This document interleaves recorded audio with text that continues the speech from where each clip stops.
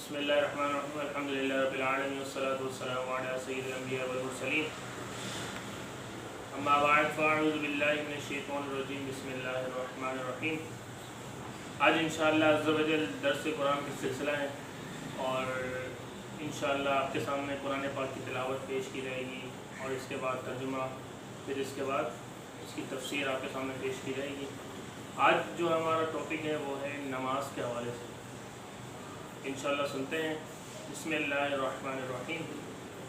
الذین یؤمنون بالغیب ویقیمون الصلاة ومما رزقناہم ینفقون، صدق اللہ العظیم۔ ترجمہ کنز ایمان، اور وہ جو بے دیکھے ایمان لائیں اور نماز قائم رکھیں اور ہماری دی ہوئی روزی میں سے ہماری راہ میں اٹھائیں۔ الذین یؤمنون بالغیب، اب یہاں سے جو ہے وہ تین قسم کے کیٹیگری کے لوگوں کا ذکر کیا جا رہا ہے کہ وہ لوگ کہ جو بغیر دیکھے ایمان لاتے ہیں۔ الذین یؤمنون بالغیب، وہ لوگ کہ جو بغیر دیکھے ایمان لاتے ہیں۔ یہاں سے تین قسم کی کیٹیگری کے لوگوں کا ذکر کیا جا رہا ہے۔ ایک تو خالص مومن ہے، نمبر دو جو خالص کافر ہے، مخلص کافر، اور تیسرے ہیں منافقین۔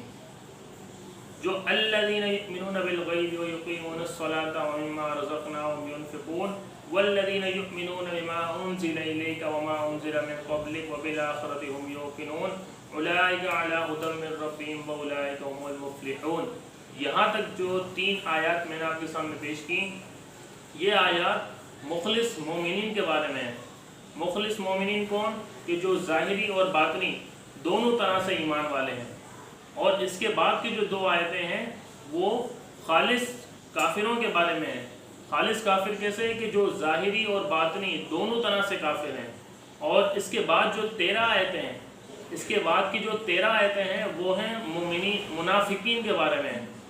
منافقین کون؟ کہ جو باطنی طور پر کافر ہیں لیکن حقیقی طور پر یعنی ظاہری طور پر اپنے آپ کو جو ہے وہ مسلمان ظاہر کرتے ہیں۔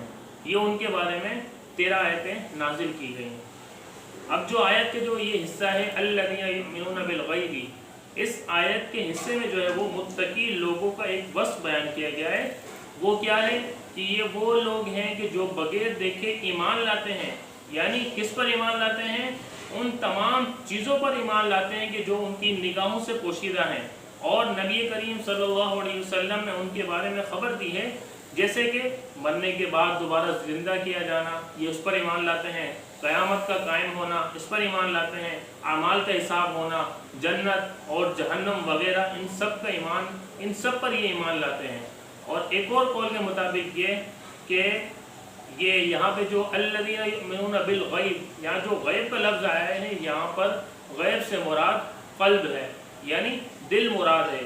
تو اب ترجمہ کیا بنے گا، مفہوم کیا بنے گا؟ وہ یہ بنے گا کہ اس صورت میں معنی یہ بنے گا کہ یہ وہ دل سے ایمان لاتے ہیں۔ معنی یہ ہوگا کہ یہ وہ لوگ ہیں کہ جو دل سے ایمان لاتے ہیں۔ الذین یؤمنون بالغیب، یہاں پہ ترجمہ اس کا یہ بنے گا ایک قول کے مطابق کہ یہ وہ لوگ ہیں کہ جو دل سے ایمان لاتے ہیں۔ اب یہاں پر ایمان اور غیب سے متعلق چند باتیں آپ کے سامنے پیش کروں گا میں، وہ ذرا نوٹ کر لیجئے گا۔ نمبر ایک، ایمان کسے کہتے ہیں؟ ایمان اسے کہتے ہیں کہ بندہ سچے دل سے ان سب باتوں کی تصدیق کرے کہ جو ضروریات دین میں داخل ہیں، اور کسی ایک ضرورت دینی کے انکار کو کفر کہتے ہیں۔ اس کے بعد ہے عمل۔ عمل کسے کہتے ہیں؟ عمل کیا ہوتا ہے کہ عمل جو ہے وہ ایمان میں داخل نہیں ہوتا، اسی لیے قرآن پاک میں ایمان کے ساتھ عمل کا جدا گانا ذکر کیا جاتا ہے، جیسے کہ اس آیت میں بھی ایمان کے بعد نماز اور صدقے کا ذکر علیحدہ طور پر کیا گیا ہے۔ نمبر 3، یہاں غیب سے مراد کیا ہے؟ غیب سے مراد وہ ہے کہ جو ہم سے پوشیدہ ہو اور ہم اپنے حواس جیسے دیکھنا، چھونا وغیرہ سے اور بدیع طور پر عقل سے اسے معلوم نہ کر سکیں تو اسے کہتے ہیں غیب۔ اب یہاں پہ غیب کی بھی 2 قسمیں بتا رہے ہیں کہ غیب سے مراد کیا ہے۔ غیب کی 2 قسمیں بیان کر رہے ہیں کہ نمبر 1، جس کے حاصل ہونے پر کوئی دلیل نہ ہو، یہ علم جو ہے وہ یہ علم غیب ذاتی ہے، اور اللہ تعالیٰ کے ساتھ یہ علم خاص ہے۔ اور جن آیات میں غیر اللہ سے علم غیب کی نفی کی گئی ہے وہاں یہی علم غیب مراد ہوتا ہے۔ نمبر 2، جس کے حاصل ہونے پر، اب یہاں سے غیب کی دوسری قسم بیان کر رہے ہیں کہ جس کے حاصل ہونے پر کوئی دلیل موجود ہو، جیسے اللہ تعالیٰ کی ذات و صفات، گزشتہ انبیاء کرام علیہم السلام اور قوموں کے احوال، نیز قیامت میں ہونے والے واقعات وغیرہ کا علم، یہ سب اللہ تعالیٰ کے بتانے سے معلوم ہے۔ اور جہاں بھی غیر اللہ کے لیے غیب کی معلومات کا ثبوت ہوتا ہے وہاں اللہ تعالیٰ کے بتانے سے ہی ہوتا ہے، یعنی کہ یہ علم جہاں پہ جو علم غیب جو مراد ہوگا یہ علم غیب عطائی مراد ہوگا، یعنی اللہ تعالیٰ کی طرف سے عطا کردہ۔ نمبر 5، اللہ تعالیٰ کے بتائے بغیر کسی کے لیے ایک ذرے کا علم غیب ماننا یہ قطعی کفر ہے۔ نمبر 6، اللہ تعالیٰ اپنے مقرب بندوں جیسے انبیاء کرام علیہم السلام اور اولیاء عظام رحمہم اللہ تعالی غیب کے دروازے کھولتا ہے، یعنی جیسا کہ اللہ تعالیٰ اپنے مقرب بندوں انبیاء کرام علیہ السلام اور اولیاء کرام پر بھی جو ہے وہ علم غیب کے دروازے کھول دیتا ہے، جیسا کہ قرآن و حدیث میں موجود ہے۔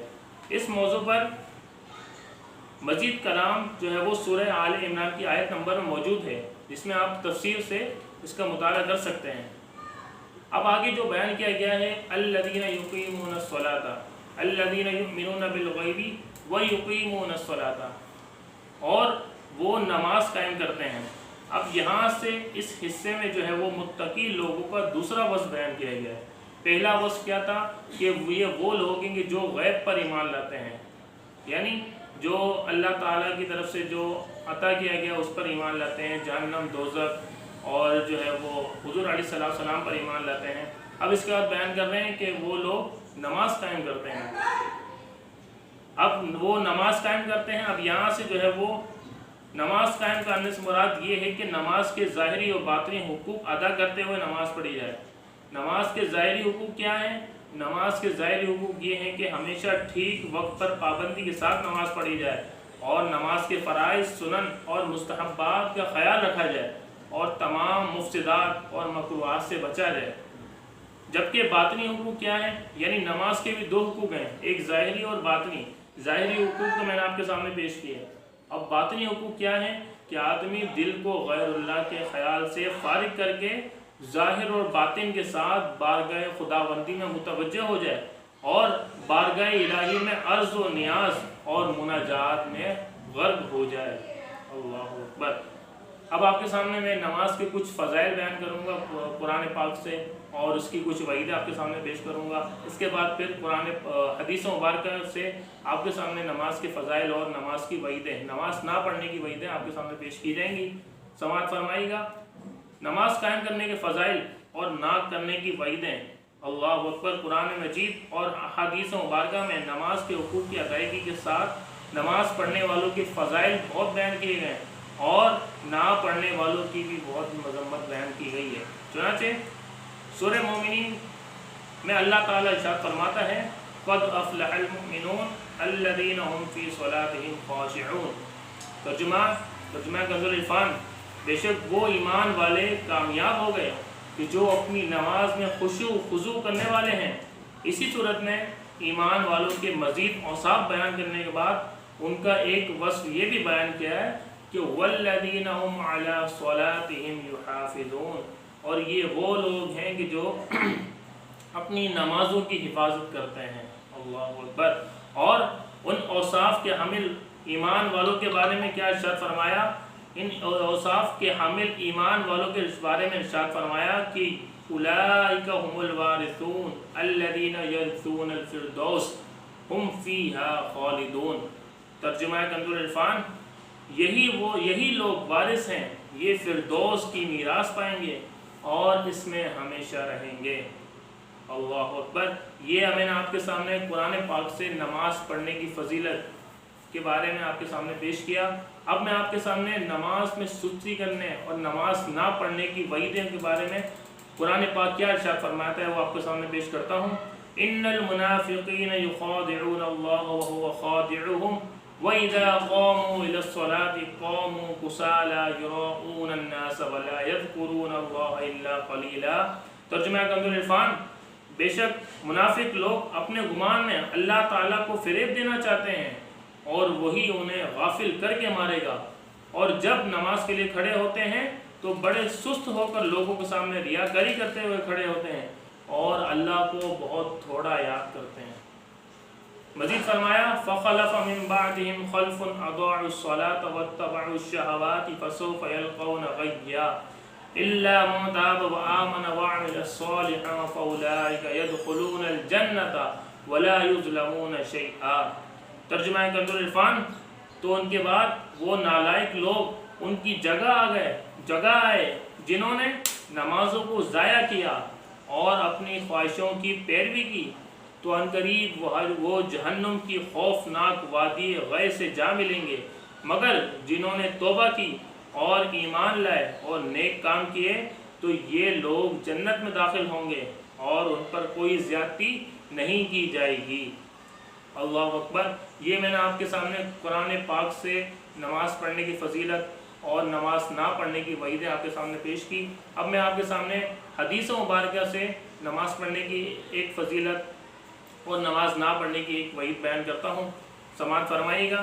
حضرت عثمان غنی رضی اللہ تعالیٰ عنہ فرماتے ہیں کہ سرکار دو عالم صلی اللہ علیہ وسلم نے ارشاد فرمایا کہ جس نے میرے اس وضو کی طرح وضو کیا پھر اس طرح 2 رکعت نماز پڑھی کہ ان میں یعنی نماز میں خیالات نہ آنے دیے تو اس کے پچھلے تمام گناہ بخش دیے جائیں گے۔ اللہ اکبر۔